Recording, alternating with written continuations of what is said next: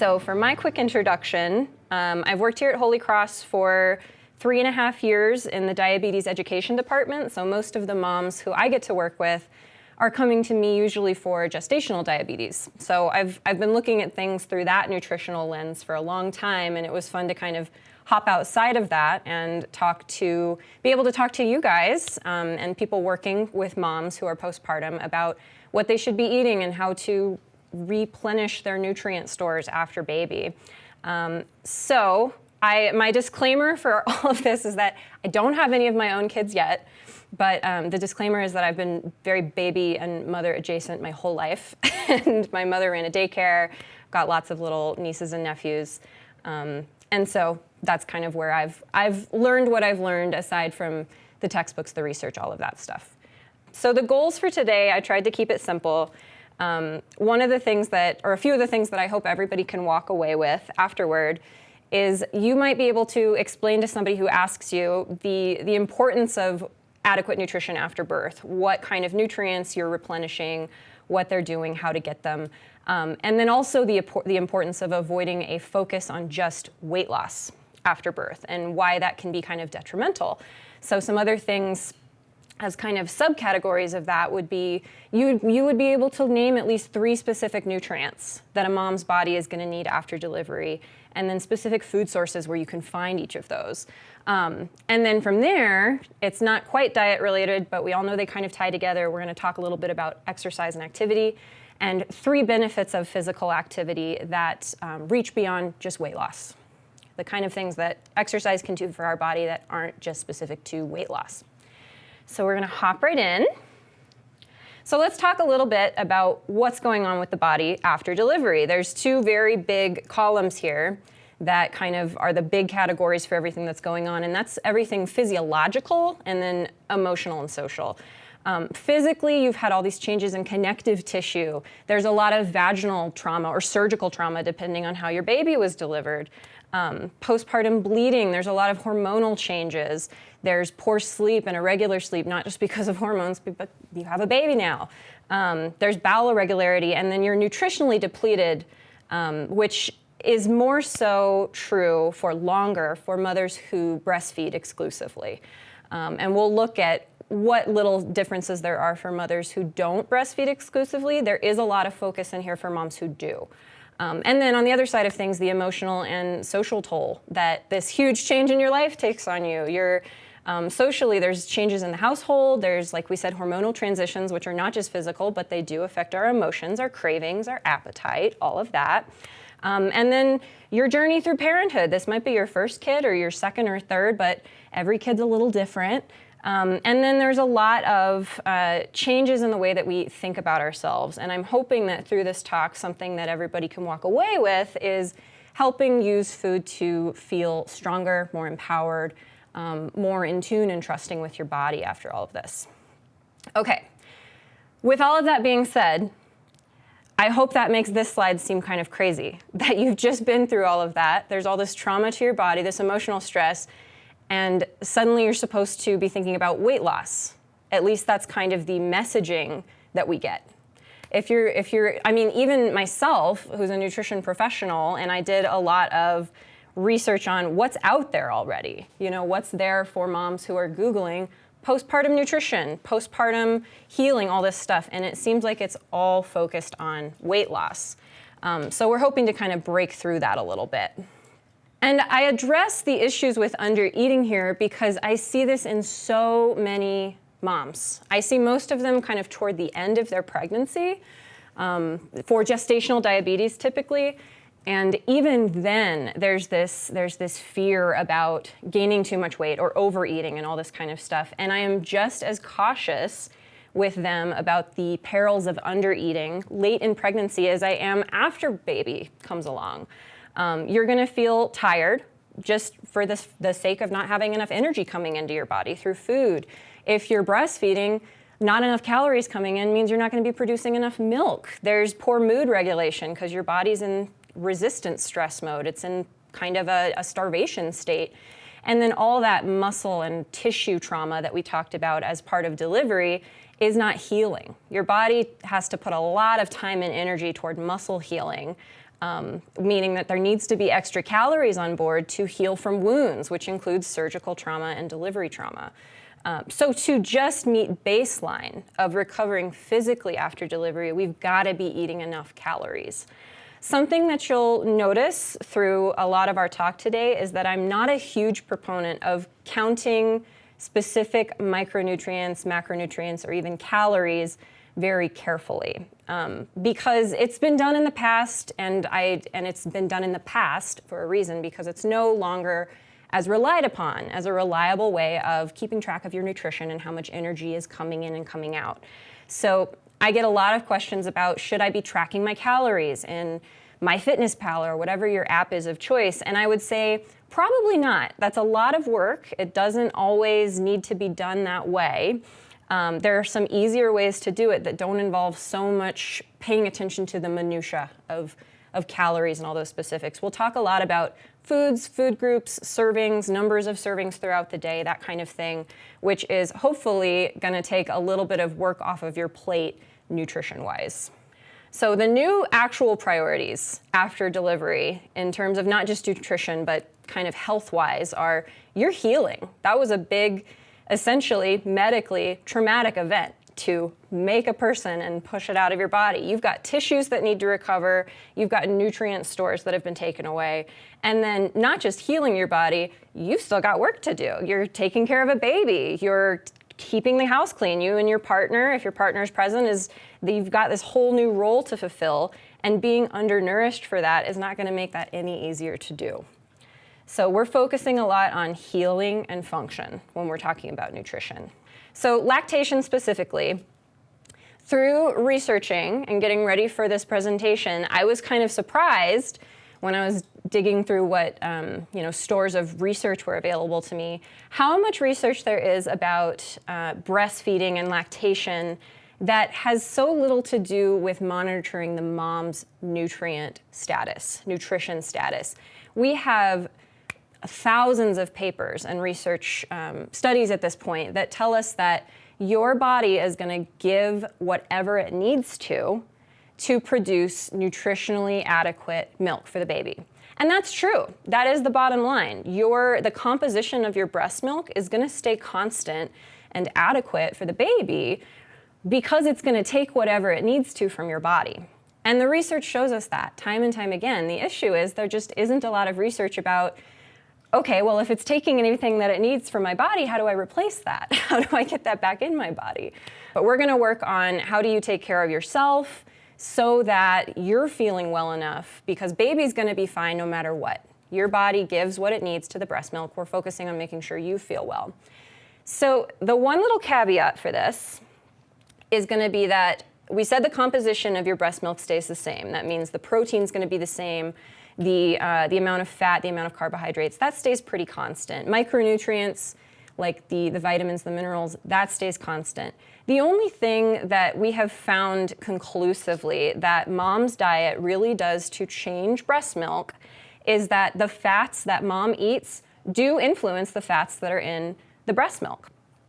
And there's lots of, fat is this big umbrella term, but there's lots of different kinds of fats in the diet. They're all different shapes and sizes, and they work all these different ways.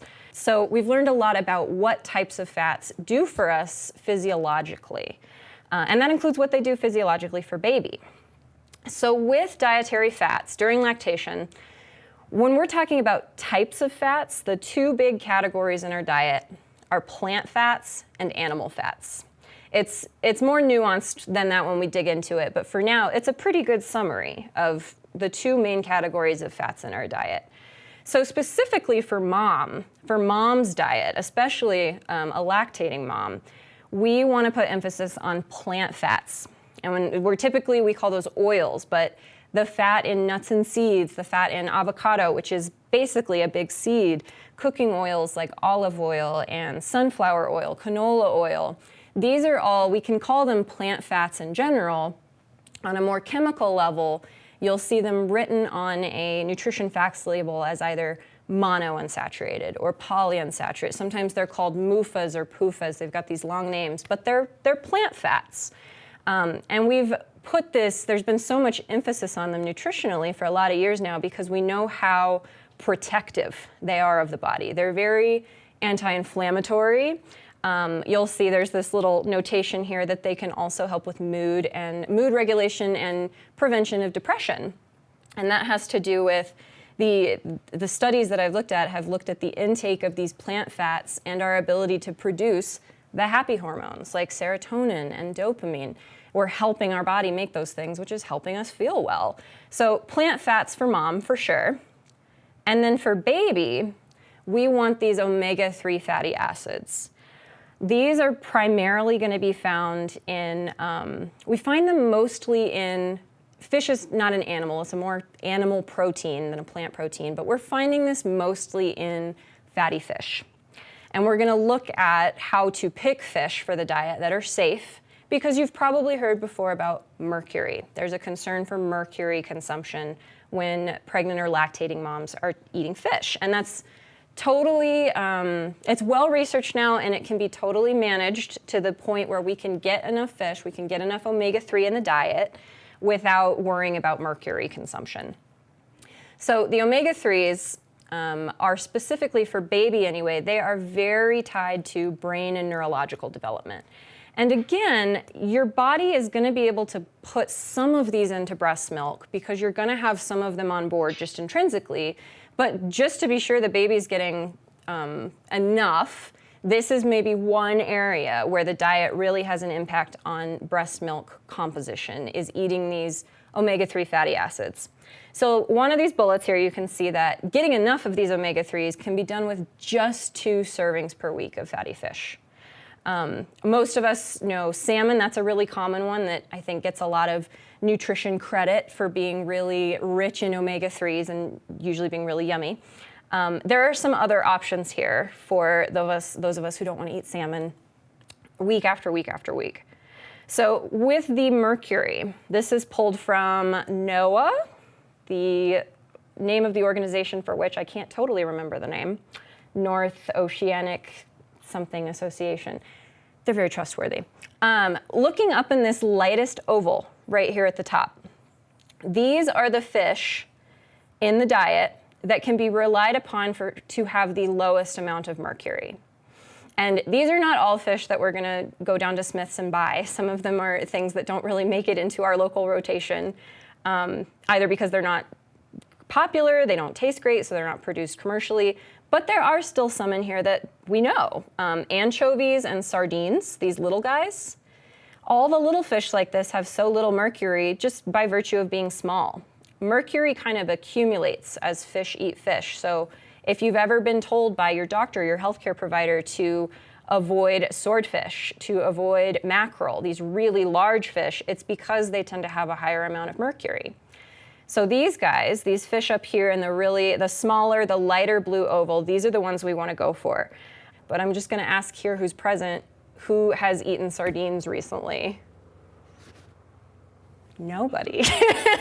And that's fine because they're not super popular. And being a dietitian and somebody who likes sardines because I'm a dietitian, and that being the only way I've really tried them, knows that they can be really yummy. It's a lot about how they're prepared and all that kind of thing. So I've got some recipes we'll look at the end, but sardines come up a lot in this talk. They're kind of a powerhouse in terms of protein and calcium and omega-3s. They've got a lot of good stuff going on for them. So hopefully I can warm you up to sardines here by the end. But we've got trout, we've got, there's some shellfish. If you like clams and oysters, they're in there too. So spend some time with this slide when you have a chance and see if there's any fish in this top category up here that are low in mercury that you would like. We're going to talk about iron now. So as with most micronutrients, like we said, the iron in your breast milk is going to be adequate for baby no matter what your iron stores are doing. That being said, if we're having to really draw from mom's iron stores because she's not got a lot, it's going to leave her depleted. And that depletion of iron leads to anemia. You're going to feel fatigued. You can feel it can increase our risk for depressive mood, especially with all the hormone changes that happen during pregnancy and after delivery. So this is a place, again, where we're really focusing on iron intake for mom's body. Baby's going to be fine. We got to think about mom here. So in respect to dietary intake of protein, there's iron in many, many foods. The issue becomes what type of foods have iron that is the most easily absorbed for our body. Iron is something, a lot of micronutrients, including iron, is something the body regulates pretty carefully. So if there's too much, it's going to get rid of it. If there's not enough, it's going to do everything it can to hold on to what's present. So we want to focus on dietary sources that are really well absorbed. Some really well absorbed sources are meats, poultry, fish, eggs, these animal proteins, because the iron in their tissue is identical to the iron in our tissue. So the body really can just snatch it right out of there and it's able to absorb it right away. This is somewhere where there's a little bit of concern. I have concern sometimes from patients who don't like to eat a lot of meat. Maybe they prefer to not eat meat, or they would like to find it from a vegetable or plant source, and that's fine. We have those. You'll see here that the plant sources, iron fortificants, so foods fortified with protein and iron supplements, they're not as easily absorbed into the body. So it can take a little bit more work to eat things in combinations that make them more absorbable for the body. So with plant sources, and all iron in general, especially plant sources, when we have something that contains iron and we eat it with some vitamin C, it really helps our body absorb it much better than without the vitamin C present. So there's some meal and snack ideas down here on combinations of things that contain both iron and vitamin C to help improve the absorption of whatever iron we're eating, whether it's from an animal source or from a plant source. So citrus and dark chocolate. It's got to be good dark chocolate that's at least 70% cacao. That's where the iron is. That's where the bonus magnesium is. And in my opinion, the flavor. But whatever kind of dark chocolate that you want, as long as it's more than 70% cacao, you're going to be good. Citrus can be oranges or clementines or whatever citrus you want. That's a classic combo, and it's also really healthy. If you're going to have meat, poultry, or fish for your dinner, if you pair it with a dark green salad and maybe some sweet potato, there's a lot of vitamin C in that salad. It's going to boost the absorption of the iron in the meat. Tomato and jalapeno salsa with your beef tacos, gonna again boost our intake. And then like a summery strawberry spinach salad, we got the vitamin C in the strawberries, some iron in the spinach. So there are lots of ways to kind of boost our dietary absorption. With iron and a couple other things we'll talk about today, my concern is always when you've been told that you're at risk for deficiency by your healthcare provider, you want to be getting tested regularly for your levels of these nutrients. Iron, and then we'll talk about vitamin D, are two of the main ones where we talk about risk of deficiency. And even though you'll see on here the supplements of iron are not necessarily the best absorbed, the only way to know that you really need a supplement is if you're tested for iron deficiency, you're found to be iron deficient, even though you thought you were eating a diet rich in it. That's when we say, okay, I'm getting some in my diet, it's not enough, we've got to try and get a little bit more here through a supplement. So that is something to keep in mind when you talk to your doctor next. So we're going to talk about calcium. Again, going to have enough in the breast milk. We got to worry about mom's bones when we're talking about calcium. So as long as mom is getting at least 1,000 milligrams of calcium a day, her bones are going to be fine, breast milk is going to be fine. And it's not as hard as it sounds to get a lot of calcium. And I say this as somebody who's not great about eating dairy regularly. So I'm always worried I'm not getting enough calcium. There is a lot of calcium in dairy. It's a good, if you're doing kind of big game theory, what can I eat that's going to give me the biggest amount of calcium right now? It's usually dairy. That's everything from liquid milk, yogurt, cottage cheese, hard cheese. It's all going to have a lot of calcium in it. That being said, there are a lot of ways to get calcium that aren't dairy, and we'll look at those in a second. Unfortunately, I've got a little typo here. You'll see the milk, the dairy, that's going to have at least 300 milligrams per serving of calcium. The poorly absorbed stuff, whether it's coming from plants or sometimes calcium supplements, those have anywhere from 60 to 150 milligrams. It's not that much when we're trying to get 1,000 milligrams a day. And I myself, who again am not great at dairy, I get article after article from whether it's like HuffPost or Health Magazine about here's a list of 10 calcium-rich vegetables that need to be in your diet.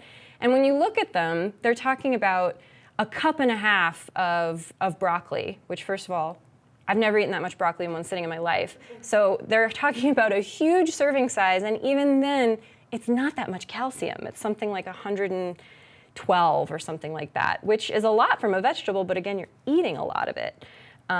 So let's look at some ways on the next page, and then I'll flash back if I have to. But over here on the left-hand side, this white graph, these are different amounts of calcium in different foods. We've got all these dairy foods up here at the top, whether it's milk or yogurt. These all have at least 300 milligrams per serving, which is great. And if you're like myself and there's just not a lot of liquid milk around, it's not something you're used to drinking, if you're one of the folks who uses a plant-based milk instead, you're in luck, because most of these are also fortified with calcium. A lot of calcium, in fact. You'll see on the right-hand side for these plant-based milk substitutes, some of these they contain more calcium than just a glass of dairy milk, of cow's milk. And you do want to check your nutrition facts label when you're buying to make sure that it does contain calcium. They'll usually brag about it on the label. It'll usually say on the front, fortified with calcium, contains calcium. We do want to check the nutrition facts label on the back to be sure. And the serving size. Again, if they're saying a serving size is a lot bigger than what you would normally drink, you look at what the calcium content would be for how much you typically drink. Because anytime we talk about foods have this much of this nutrient or this milligrams, all this stuff, we have to translate that into food, because we don't have time to be reading every nutrition facts label and doing math all day to see how we're doing with calcium content. So here were some ideas of heavy-hitting calcium meals. I tried to do some breakfast, some snacks, some dinners, but when you've got, eggs, which like we talked about already have some bonus iron, and eggs Florentine with spinach that has some calcium in it, we're getting a little calcium from the spinach. But then if we have an almond milk latte or coffee with some almond milk, you're going to get all this calcium, this 450 milligrams of calcium just from that latte alone. And if you're using an unsweetened plant-based milk, that's even better, because then we're not worrying about extra sugar coming on board that we don't need. Sardines, I told you they'd be in here. There they are. These are some canned sardines with crackers, and I had to learn a hard lesson this week because I thought I was doing so well. I snack on sardines and crackers all the time, and I went to look at how much calcium is in there, and I had betrayed myself. I got the skinless, boneless kind, and those don't have the calcium in them that we want. We want the kind that has those little teeny tiny, unnoticeable edible bones, because that's where the calcium is. It makes sense, right? We're trying to rebuild our calcium stores by intaking calcium from other bone matter. Other fish that's going to contain a lot of calcium would be, again, canned salmon. And it's canned in this example because it's canned with those teeny tiny bones. And make it into a croquette, serve it with some Greek yogurt and some arugula on the side. Trust me, you're not going to notice the bones. It's in there, but you won't even care because you're getting so much calcium. We've got oatmeal, again with, in this example, soy milk for cooking the oatmeal in. That's where the calcium is coming from. And then some dairy on the side for a little boost. This one's probably my favorite, these figs with fancy cheese. It feels fancy, it's a great snack. There's protein, there's iron, all of that stuff, and a ton of calcium. And lasagna, which is really getting its calcium from the ricotta cheese in here, the part skim ricotta, and a little bit from a broccoli, but again, the powerhouse in that example is the dairy. So just to say, if you've got a good scattering in your diet of a little dairy here, some plant-based milk that's fortified with calcium, some hard cheese here and there, you can get these really big servings of calcium throughout the day that do amount to that 1,000 milligrams we're looking for.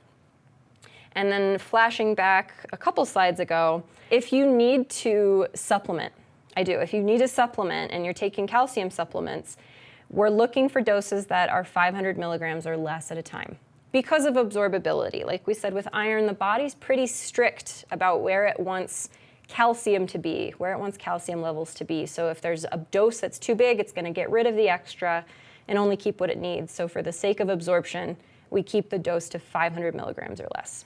Vitamin D. Okay. This one was another kind of a surprise for me because, again, I feel like I get these articles all the time emailed to me or through Dietitian Digest or whatever it is that here's 10 foods you should include in your diet because they're full of vitamin D. And it'd be more accurate to say that they have some vitamin D in them, but I wouldn't consider them an incredible source or a reliable source for all the vitamin D that we need. We can get some through the diet, but here, where we live, because of the latitude, we get adequate sunlight or strength. The strength of the sunlight is adequate year-round, even in winter, for us to get enough vitamin D through sun exposure. It doesn't have to be a lot, but taking a walk when it's warmest during the day, and when it's possible, it's not inclement weather, but taking a walk with your forearms exposed, or having, half length or long shorts or something where you've got about 20% of your forearms or your whatever it is exposed so that you're getting the sun on your skin. You can apply a little SPF, a little 15 SPF just for protection from, harsh rays or prolonged exposure to prevent from burning. But if you're in the sun with enough skin exposed for about 15 to 20 minutes per day, you're going to get enough vitamin D. There are some populations of moms who are at greater risk for deficiency of this, and that's any individual with darker skin or any individual with a larger body. And the darker skin, that interacts with the way that we absorb the sunlight and the way that the body processes it into vitamin D. Doesn't mean that you can't get enough vitamin D from the sun. It might just be a little bit longer in the sun that you need. And then when we're living with a larger body, again, it has to do with where the body stores vitamin D and how it absorbs more of it.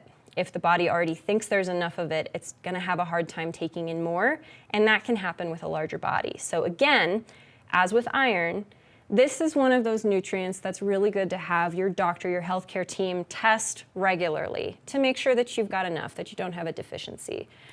It's very normal for, if you are found to have a deficiency, you'll take a supplement for a couple weeks, bop it back up, and you can stay on that supplement if you want, absolutely up to you, but you can go back eventually to getting your vitamin D through the sunlight.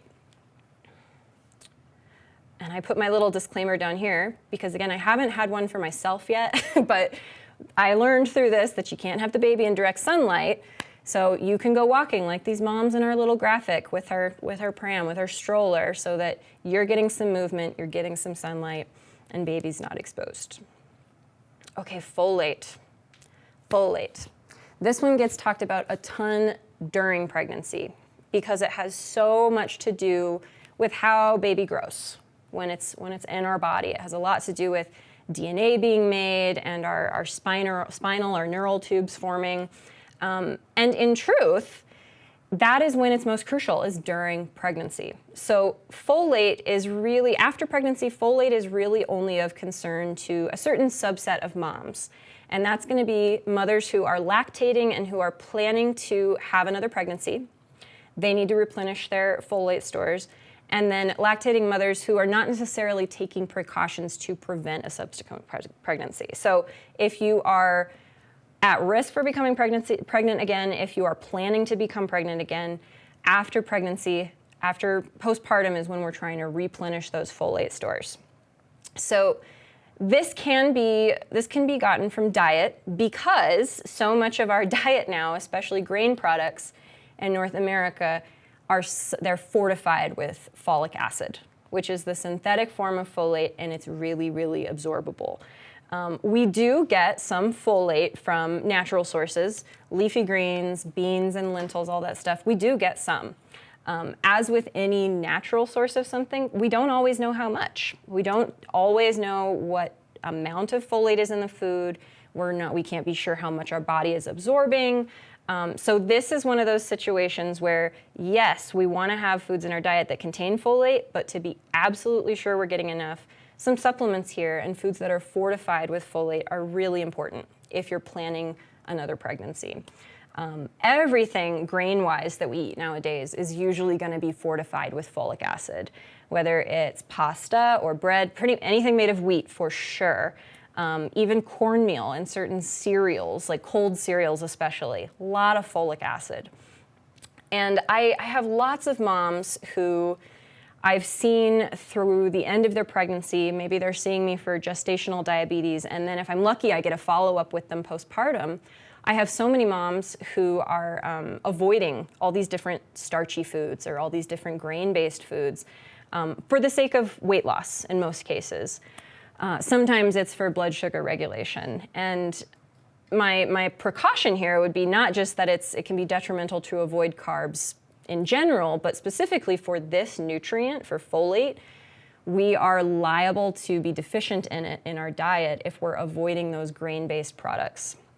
So one more reason to have some bread with your eggs in the morning or cereal every now and then for breakfast. You're getting some folic acid.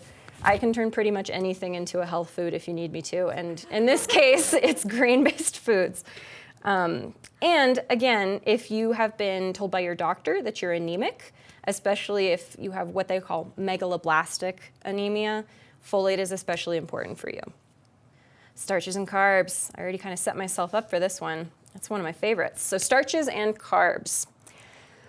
I feel like carbs get such a bad reputation. I'm always on a soapbox about how great carbs are and how they get such a bad rap. And there are definitely populations. I work a lot with individuals living with diabetes, and starches and carbs get a little bit more of a spotlight because of what we know about how they influence blood sugar. We don't have to worry about that in this context. We're just going to talk about some other interactions and benefits of starches and carbs in our diet when it comes to our health. So during pregnancy, during the last part of pregnancy, our insulin levels are rising. And then right after delivery, our insulin levels just plummet. They bottom out because they're no longer, our body's not having to work so hard anymore to share blood sugar with baby and get enough for ourselves. So insulin just tanks. And there's been some really good research into how they think that lack of insulin, that decrease in insulin, is related to postpartum depression and or depressive mood after delivery. Insulin really helps us with, it plays a huge role in carb metabolism, and carb metabolism in turn plays a huge role in how we produce serotonin, which is one of those happy hormones. Serotonin has a lot to do with feeling stable. It's got a lot to do with long-term satisfaction. You know, we have serotonin as this kind of undercurrent of stability, and then we get dopamine throughout the day for those little hits of reward. So a lot of times when mothers or individuals are avoiding carbs, you can feel kind of cranky. You can feel kind of sad because your body's insulin regulation and carb metabolism are not what they're supposed to be. That being said, we do want to be discretionary about what types of carbs we pick in our diet. Most of the really carb-rich foods out there that are the most affordable, the most available, you can pick up on any corner store, those can be pretty refined. When we're talking about things made with white flour, whether it's white bread, white crackers, or pasta, it might be even white rice would be considered pretty refined. Snack foods made of refined starches. Those are the ones we want to save for occasionally. We don't want them to be the centerpiece of our carb choices. We want to be reaching for complex carbs. So complex means they're bringing more with them to the table. These foods are bringing more with them than just carbs. They're bringing some fiber. They're also maybe bringing some micronutrients, like potatoes are first on my list there, because potatoes are really starchy, but they're the complete package. They've got fiber in the skin. They've actually got a decent amount of iron for a plant. They have vitamin C, there's potassium. They've got all this good stuff. And they tend to be avoided for individuals who feel like they need to avoid carbs. And we're missing out on so much when we cut them out for the sake of avoiding carbs. So potatoes is on the top of the list for that reason. Whole grains, and I mean specifically the grains, the oats, farro, quinoa, brown rice, bulgur, all these things you can find in the store, mostly around where you would find rice. You can now find all these new grains that are really yummy, really full of fiber, and lots of different micronutrients in their own respect. So those are the whole grains, and then we've got whole grain products. So that's anything made from those whole grains. Again, breads, pastas, crackers, cereals, and then whole fruit and berries. That's a complex carb. Again, I'll have folks who might want to minimize their intake because they're worried that the fruits are so sugary, they're so sweet. It feels like they shouldn't be good for us because they're so sweet. And I would love to use my platform today to make sure everybody feels like they can eat fruit and they can tell everybody to eat fruit, because yes, it's sweet. It does not contain that much sugar. It's very slowly absorbed into our body when we eat whole fruit because we're getting the fiber, we're getting the water. The body's got to work a little bit to pull that sugar out. So even though it tastes really good, really sweet, we're getting a ton out of it nutritionally. And we don't need to worry about it being too sweet. It's a whole package. We can eat it. Same with legumes and beans. Lots of complex starches and fiber in there. We love that.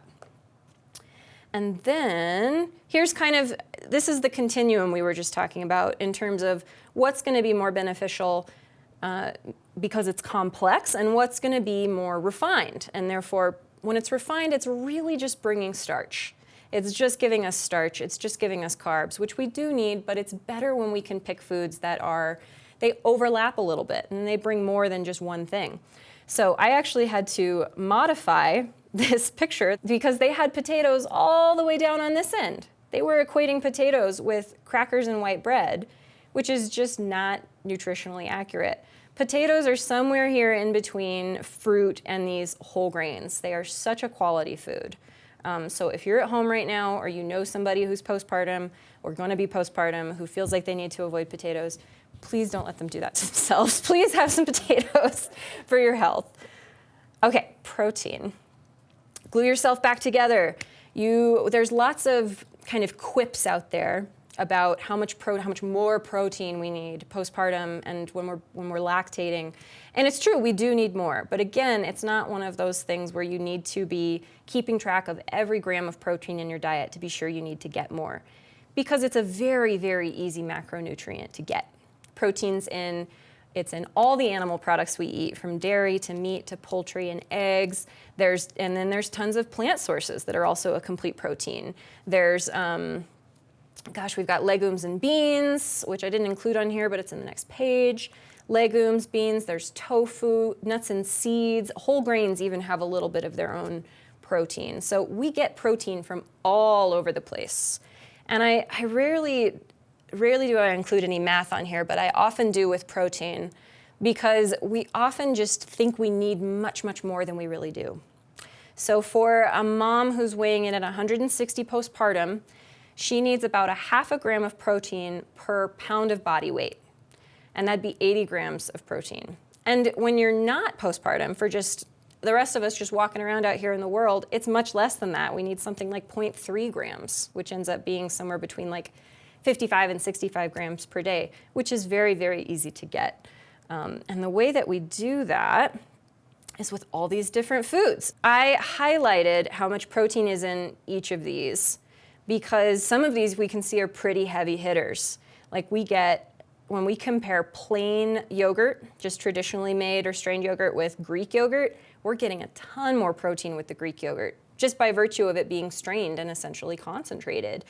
Any kind of fish, poultry, red meat, any of those animal tissues, those animal proteins, they're all pretty similar in their protein content. It's going to be about 20 to 23 grams of protein per 3-ounce serving, which is about a palm's worth.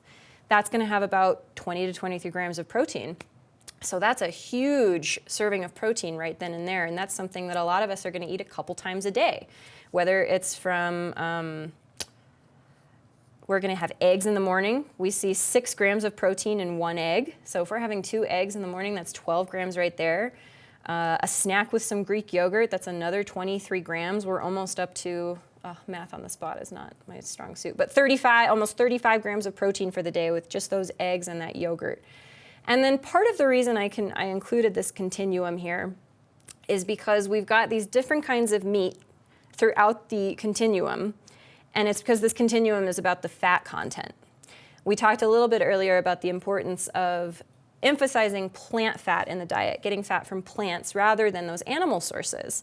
So when we're choosing fish, poultry, and meat, we're looking for those leaner cuts of meat because protein's the same.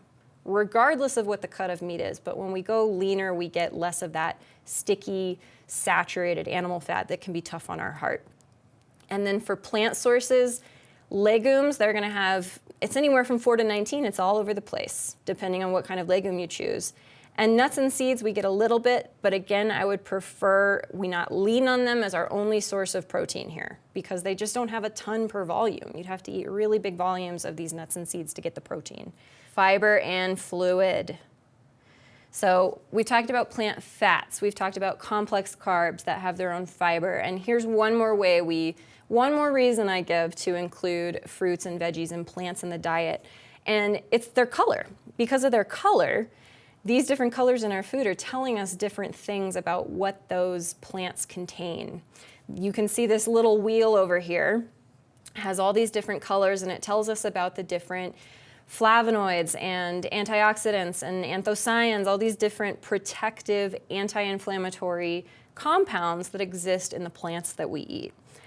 So the colors are another layer of why we want fruits and veggies in the diet so regularly. But this page especially, we're going to talk about the fiber as well. So fiber only in plants. So fruits, veggies, legumes, and whole grains. Fiber's only in plants. And when we have fiber, that's what helps keep our digestion regular. It helps basically form stool when your body is recovering after all the connective tissue change that you've gone through after pregnancy. Your intestines, they're like a muscle, like any other part of our body. In the same way that we do bicep curls to keep our arms strong, we eat fiber to strengthen our intestinal muscles and help create regular bowel habits and prevent constipation. And this slide is called fiber and fluid because it's not just about increasing fiber. We've got to do fluid at the same time. Anytime we increase dietary fiber, we've got to take in more fluid, because one way or the other, if we have too much fiber and not enough fluid, that can lead to constipation. So anytime we increase fiber, we're making an effort to have more fiber in the diet. We've got to drink more fluid. So water, yes, for fluid. We get hydration from coffee and tea. We get it from broth. And preferably, we're reaching for fluids that don't have added sugar, because actually, if you've heard of caffeinated drinks being dehydrating because of the caffeine, we know that to be not as true now. We know it to be more true that when a beverage is sweetened with whatever kind of sweetener, that can be dehydrating. Our body's going to pull water out to try and dilute things. So plain broth, tea, coffee, water. And I said broth on here, and I might have skipped over it a couple pages back, but bone broth is another one of those really heavy-hitting foods where you're getting a very specific kind of protein, which is collagen. Collagen is kind of gluing us back together. It's how we make connective tissue and move existing connective tissue that's been displaced by pregnancy back where we want it to go. And it's hydrating. So again, that's one of those great overlapping foods that's kind of checking a lot of boxes for us, is bone broth. Caffeine, okay. You can still drink it. You can still drink caffeine, is the bottom line. It's best not to go overboard. And overboard would be more than 300 milligrams per day. And that is, we'll look at the caffeine content of these different beverages, but depending on how your coffee is made, that's usually 2 to 3 cups of coffee, especially if it's drip coffee, which doesn't have a lot of caffeine in it. Tea is going to have way less caffeine, and you can have more of it throughout the day if that's what you'd like. When you are consuming caffeine, you do want to monitor baby, if baby's breastfeeding, we want to make sure that because there is some caffeine coming from mom's body into the breast milk, we want to monitor for baby's sensitivity to that. Again, at these levels of 300 milligrams or less per day, the majority of moms aren't going to have any issue, and neither will babies. Still, we want to monitor baby for fussiness or irritability if they're not sleeping well. If you're seeing any of those signs and you have reason to suspect that it might be from caffeine, try to space caffeine consumption in a way that is not so close to breastfeeding that it's going to be given to baby through the breast milk. Some moms have a system where they will express milk and save it for baby later so that they can enjoy coffee or caffeine or whatever it is at whatever time they need to, if they find that their baby's really sensitive to it. But again, you can have it. Caffeine. So here's the caffeine content of some different things. Brewed, this is from Australia, and I had to do some Googling about what they meant as far as brewed versus filtered. Brewed here is in reference to French press coffee. Really strong, gonna have more caffeine than just filtered or drip coffee. And then espresso, smaller volume, less amount of caffeine. This one can be a surprise. The chocolate can be a surprise because we don't necessarily think about it having caffeine, but it can.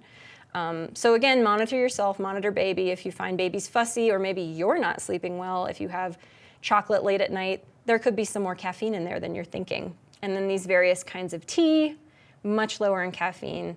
You can have a higher volume of it throughout the day. Physical activity. So again, we are not trying in the postpartum period to focus on weight loss. My disclaimer here is that physical activity can help expedite weight loss, even if it's not the main focus of why you're being active. There's so many other reasons to move around, whatever it is that you like to do, whether it's dancing or yoga, or it's as easy as walking to get your heart rate up and move your muscles. You're getting all these benefits from it when you do. Again, mood regulation and happy hormones. We get a release of endorphins when we work out. And not only do we get those happy hormones, it actually suppresses the stress hormones, the cortisone, the epinephrine, all of that. It helps mood regulate, improves immune response, it makes our bones stronger.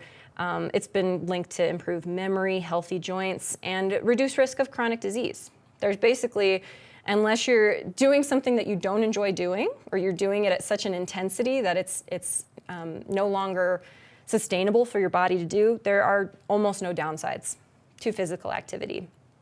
You will check with your doctor. You will want to check with your doctor to be basically cleared for physical activity after delivery. It's very subjective, but it's anywhere from 3 to 6 weeks after delivery. Just want to get the doctor's thumbs up to be double sure. Physical activity continued. Okay, so what does that look like in the real world? 150 minutes per week of getting your heart rate up. That's the baseline we want. And it can be broken up however you want it to be. It might be 30 minutes here, 30 minutes there, so that it's all adding up to that 150 minutes of the week with your heart rate up.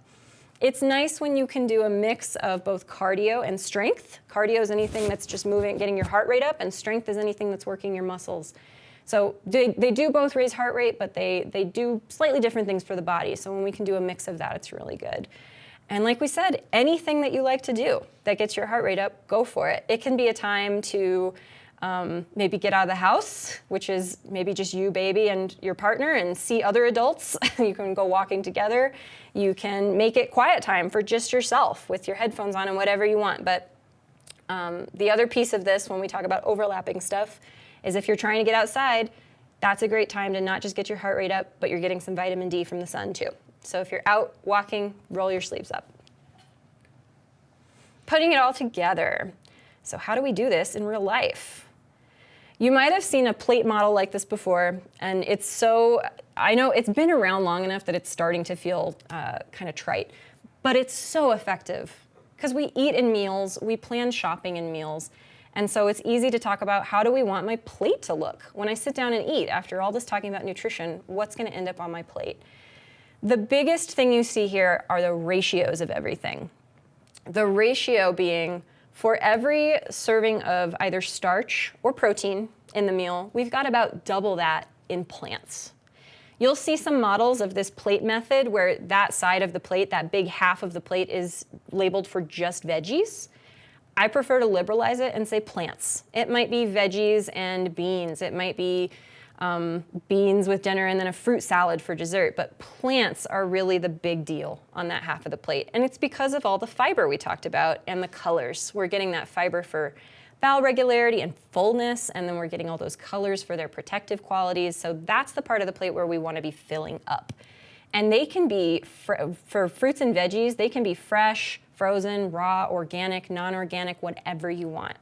The last thing I want is for you to go to the store and be looking at this organic spinach that costs $6 and say, well, I'm not going to get that this week because it's too expensive, and then you end up not eating the veggie.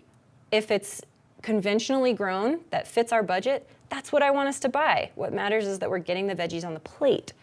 And And then on top of this, we're gonna look in a second about how to not hyper-focus on each meal being perfect, but rather zoom out a little bit and think in terms of days. What does my whole day look like in terms of the things that I ate? And then even further, how did I do for the week? It's a lot less exhausting than trying to make every single meal perfect. And then this little life hack I have down here in the bottom right is from all of my friends and family who have babies and don't even know each other and manage to share this with me. Handheld foods that need just one hand. So you can be eating while you're feeding baby, whether it's some burrito, and you can tell your friends and family when they're like, how can I help? How can I help? You can say, make a dozen burritos for me that I can keep in my freezer, because then you have something to eat while you're feeding baby. Wraps, burritos, bars. I've got a bar recipe down here. Smoothie kits that you can just toss in the blender. Something that's gonna be quick, nutritionally complete, and you just need one hand for it. That's a big game changer. Okay, so this is something that I can share with everybody. It's a little handout I made called Mama Feels Good. And it's kind of a weekly tally to see how you're doing with different stuff. It goes day by day, and it's got these different groups of everything we've talked about. And then it breaks down at the bottom what the serving sizes look like. And it's really more of it's trying to be additive. This is an additive approach of how can I add more of what I'm missing rather than I ate too much of X, Y, or Z. This is additive, so are we getting enough? And I left a couple little spots blank in case there's something in there that you want to keep track of that's not on here. So I did an example for myself. This is me throughout the week. And I only got till Friday because I had to leave. But this really helped me realize that by Tuesday, I was like, I'm worried I have a caffeine problem. I'm drinking a lot of espresso. And probably more than that, I do not eat a lot of dairy. Unless I started by Wednesday when I hadn't had any dairy, I started going out of my way on Thursday and Friday because I was seeing from this little tally, I'm not eating a lot of it. So that's when for health purposes, I started making an almond milk latte at home or packing a little yogurt and some fruit for snack. But I really didn't think that I needed to do that until I did this little tally. And then the rainbows up here between the fruits and veggies are to keep track of not just volume-wise of veggies, but how my color disbursement looked. And to give some insight on how some of these days looked, all the blue you're seeing in the fruit was just a pint of berries, blueberries that I've been eating throughout the week. The purple is some blackberries. The easy green, the green tallies and the veggies are just a side salad at dinner, just to get the color in, just to get the veggies in. Did pretty well with fluid. I don't know how I did the rest of Friday because I was done by midday, but I was on the right track, I can assure you. And then I did some other stuff on here, like probiotics, which I didn't mention yet. But I kind of retroactively was thinking, I did have kimchi twice this week. I want credit for that. So I put that on here as some probiotics. And then omega-3s through just some salmon we ate. Salmon one night and then ate leftovers the next day. So check. And then for shopping, again, how do we get this all on the plate? It does take a little planning to get it right. We want to think backwards in terms of picking the foods we want first and the meals that we want. So if you're thinking, I'm going to try and make at least 2 different breakfasts this week, 2 different lunches and 2 different dinners, make large portions and I can kind of cycle through those. Then you work backwards from there to make the shopping list. Okay, if I want oatmeal as one of my breakfasts, I got to get the oats. If I'm going to have nuts with that, I got to get the nuts. So working backwards. And then the other tip on here is to have theme nights, whether it's Meatless Monday or Taco Tuesday, not just because they're fun, but because they take some effort out of planning. You don't have to worry about, what am I going to make on Tuesday? It's Taco Tuesday. We're going to plan for that. And then using that Mama Feels Good thing, like with any tracking system for nutrition or otherwise, it doesn't have to be every day forever. It's not, I would never want somebody to feel beholden to keeping track of every single thing that they eat, but it's great to keep track every now and then, just for a week or so, and see how you're doing just organically, just naturally, and then adjust from there. Really helped me figure out that I need some dairy. I'm worried about my bones now. And then trying to broaden the types of foods that you eat. If you've already got kids at home, this can be a really tough one because kids are not always accepting of new foods. And my biggest tip there is exposure. like the more times you offer it to them, whether it's a new veggie or a new fruit or food in general, the more times you offer it, prepared in more different ways, you're probably going to eat it, but just having it in the kid's life and having it exposed to them it's more likely that they will accept it, even if it's not in their earliest years, they will accept it down the line. So trying new fruits and veggies is great. Trying fruits and veggies that you've had before but are cooked a different way can feel like a new food sometimes. So trying to cook things different ways can really add variety too. This is always where I realize I've been talking like a freight train for an hour, and I want to hear what everybody else has to say. Any questions, any comments? So Savannah asked if, through my preparation for this, if I saw anything about kind of long-term maternal depletion for multiple pregnancies, subsequent pregnancies, one after the other, and what the long-term effects of that can be. Somewhat. It's not super researched, so if there's anybody out there looking for something to research, this is something to hop on. But long-term maternal depletion, especially for subsequent pregnancies. The main thing that I did find over and over was calcium is taken from mom's bones during lactation. Calcium is leached out of mom's bones during lactation, but once breastfeeding is stopped, that calcium is typically repleted within 3 to 6 months. That is only in mothers who eat adequate calcium.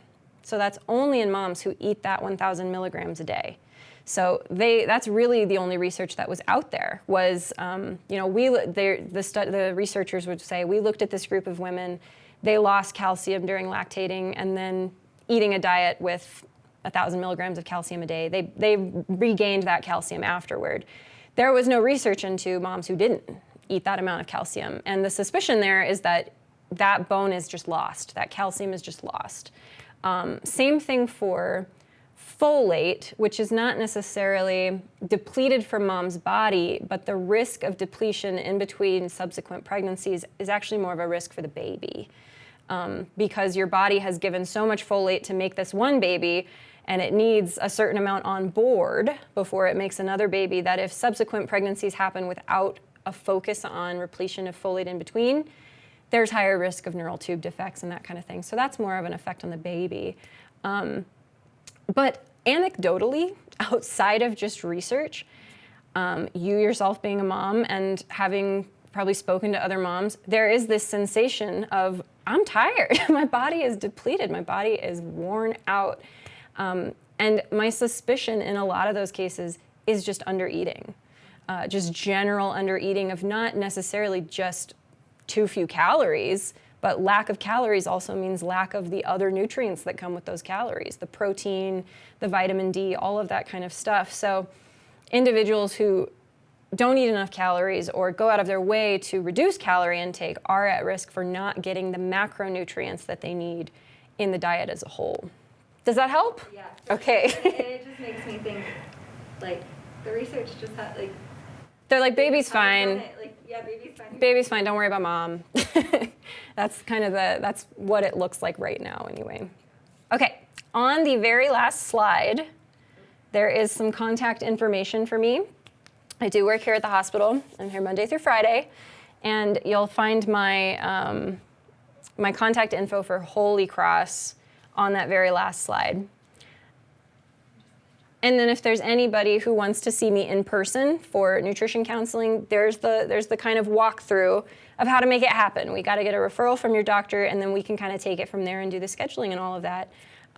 Thank you everybody for watching. That's all we have for today. Please feel free to reach out with any questions.